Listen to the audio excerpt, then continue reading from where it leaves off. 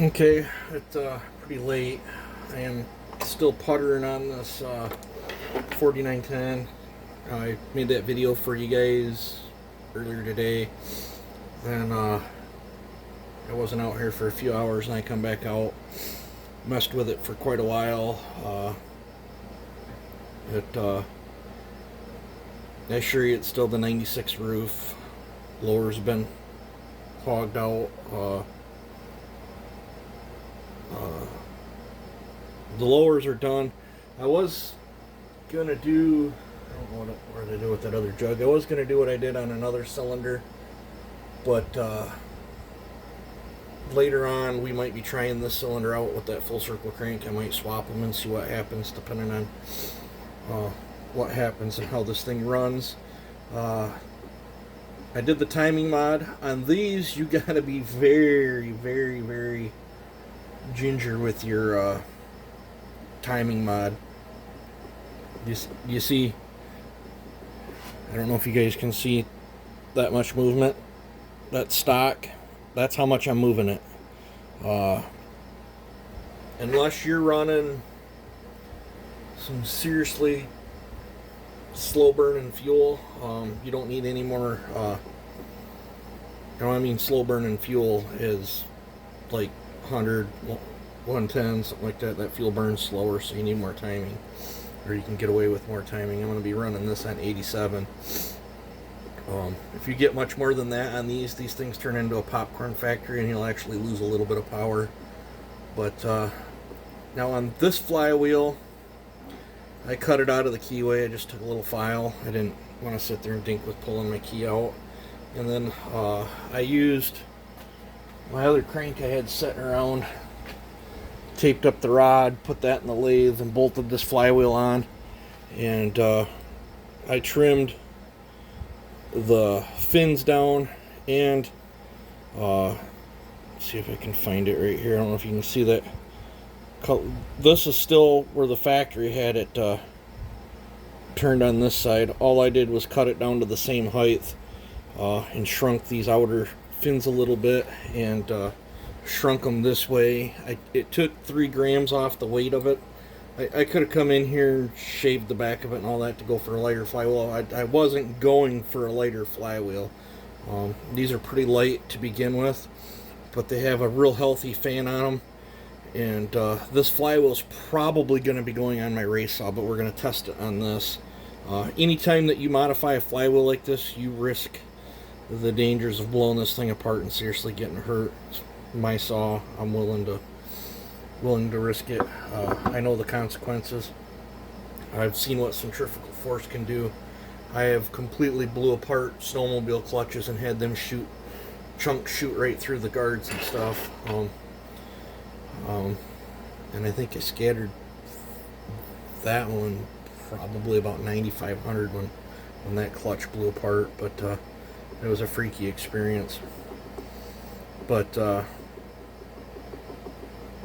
I'm pretty confident in my work on this flywheel. I wasn't trying to lighten it lighter. It would spool up faster, but this is a stored energy device when it's spooled up. I just wanted to cut down. When these things are really wound up, they're really putting a lot of drag down and really moving air faster across the fins than what I think it needs to be. When I step these up in RPM, I think I need to try to actually slow the air down a little bit at top speed. So I'm hoping I didn't slow it down enough where we're going to run into overheating issues, but I'm hoping it was enough just to get a little bit of that parasitic drag off there, so we can get just a little bit more power. I did leave the little corner things like I've showed in other videos on the transfers on this because when I do that, I get a little bit more torque. I already know I probably took some torque away by going to the high roof, so I left the things that to me make better torque in the transfers, but I didn't really the primary's wider, but I didn't really widen the secondary, but I did raise them quite a bit. It's still sitting. Well, let's see here. What to do with my calculator? Let me pause you. Alrighty, I found my calculator. I'll do some calculating here. I'll tell you what the blowdown and the case compression is, for those that are wondering. I don't typically go by that case compression. Seems like it's the latest big topic of Porter debacle or whatever.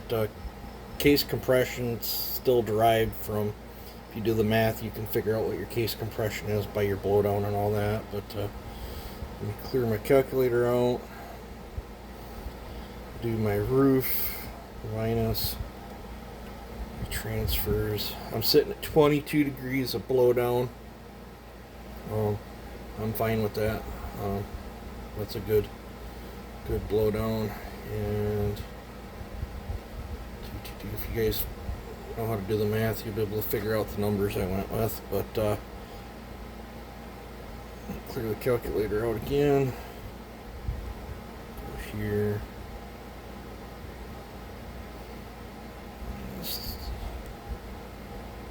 Transfers.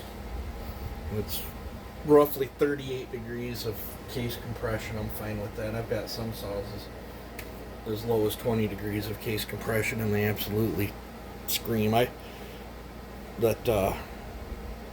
Case compression is just a general rule of thumb. I think the general rule of thumb is between 40 and 45. And if you stick with that, most saws run good there. But it's the way I look at it is, see if you've got 40 degrees of case compression at 10,000 RPM. When you step up to 12 or 14,000 RPM, 35 degrees of case compression is going to behave just like 40 degrees will at 10,000. It's you got to think of how fast and how hard that piston's coming down and slamming your charge up the transfers. Everything I did to this, it probably won't make much more power. I mean, this thing could be a total turd too. I don't know. I could have just lucked out because I did not. Maybe it's the transfers that's in stickers is why stickers run so hard. I don't know. We're going to find out. I put totally different transfers, shapes, and port sizes in this than what is in stickers, but the exhaust is the same. This actually has a little bit less intake timing than what stickers has got too. Stickers has got quite a bit of duration on the intake. But I think what I'm gonna do, and if this thing totally turns out, I might give out the info later on. But I mean, I've got build after build after build. If you dig through my videos, there's builds from 5 horse that you can do all the way to 6 horsepower if you wanted to extract 6 horsepower. If you look through enough of the 4910 videos, my one with 30 degrees of blowdown that's making 6 horsepower, in one of them videos I let the build slip, but I don't remember which video it was. It's in one of my 4910 videos, but there's builds from 5 horse to 6 horse in my previous channels. I didn't let the 7 horse, any of my 7 horse builds out. I don't think I let any of my 6.5 horse builds out. I might have the Shin build might be out there. That's 6.2, so 6.23 I think. So just depending on what filter setup I got on it. But I'm going to pause you guys. I'm going to bolt the flywheel on, get the handle on, and bolt the rewind on. And I want to do a compression test on this. And then I got to tear the carburetor apart and bore the carburetor out. I might make you guys a video on that. So let me pause you. Okay, you're back. All I did was bolt the side cover on the handle, dug out. This is just a Pittsburgh compression tester. It does leak a little bit here. My O-ring's all cracked up. It does have a Schrader valve, and it had a Schrader valve issue, and I cobbed up a different Schrader valve. So I don't necessarily know. I think it reads a little on the light side. So it's not, there's nothing in it right now. Let's see how this thing feels. Yeah, my coils should be not that much. So let's see. It feels like it pumped up pretty good. So we'll do a bunch of yanks here.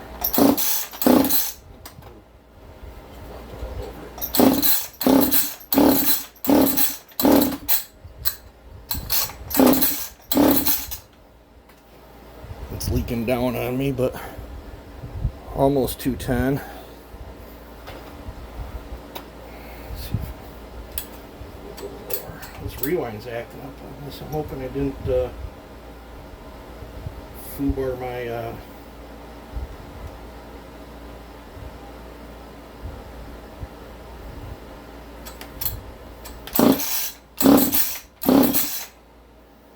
yeah, it's leaking down on me, but it's almost 210. I think when I'm pulling on it, it's 210 and then it comes down. So that's not too bad.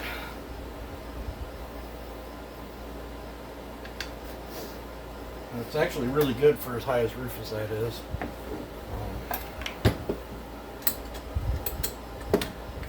We're going to be pulling this rewind back off and seeing what's going on here. It's not going back in. Let me pause you guys so I'm not wasting time here. And that rewind was a little light. I had to put an extra wrap. So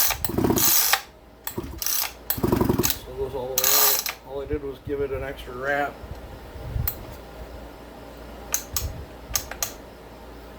So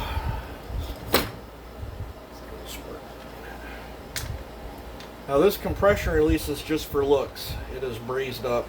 It will not press in. I put all the, in fact, that plastic piece fell off when I was brazing it.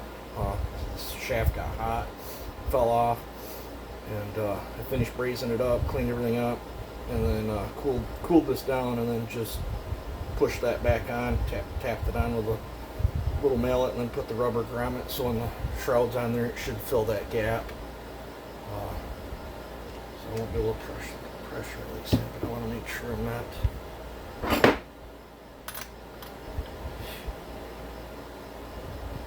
hitting the plug real slow.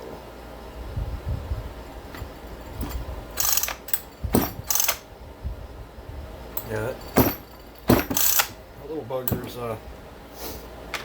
for a high roof, she pumped up good. That's for that chamber work. I was able to get some of my compression back after raising the roof so high. That should help with me not losing much torque too.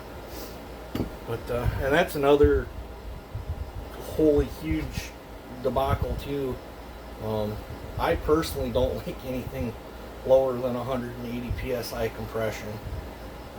Typically I like between 180 and 235, somewhere in there, but that's just me. Higher up you go, the hotter you get, but make good power, especially these saws. So hear my fuel filter flopping around in the empty tank, but it does have my grooved piston in there. So let's see here. I think next is ready to do the carburetor mods. I'm going to do a little bit more extensive carburetor. I'm going to do the same carburetor mod I did on my 7-horse one, except for not as drastic. I really hogged that one out. I'm probably only going to enlarge the Venturi in this one. Probably. I'm going to thin the shafts, and I'm probably only going to take the Venturi out.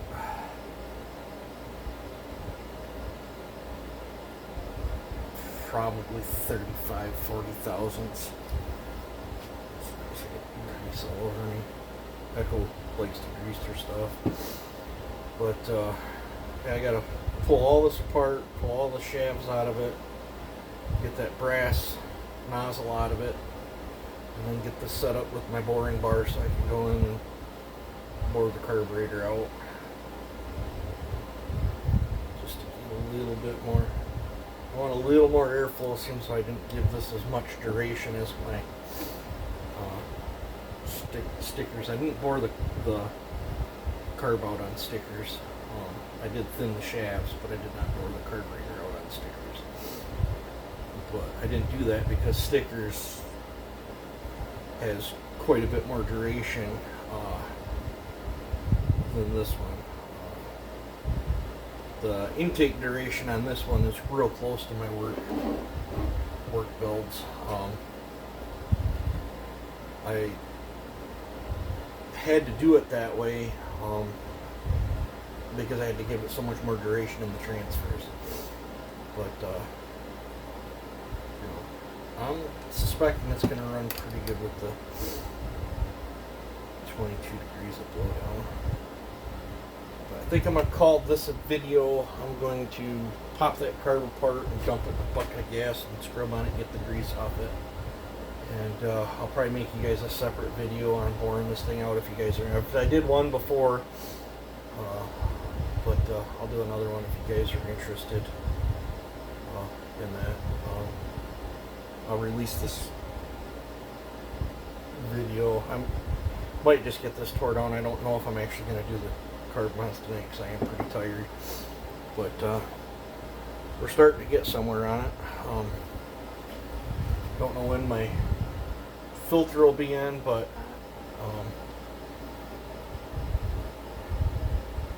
I was looking, and I think the reason I didn't use this one on the 460, I think this was the thinner one, so I still might just cut this apart and make me a filter out of that. I think that's why that one was sitting in my drawer.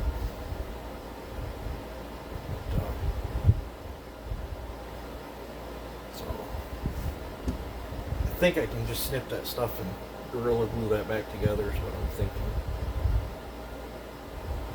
I'm fatter on this side. Probably snip it here. Oh, that's a fat. I'll line it all up on there. I think I can get one filter out of that.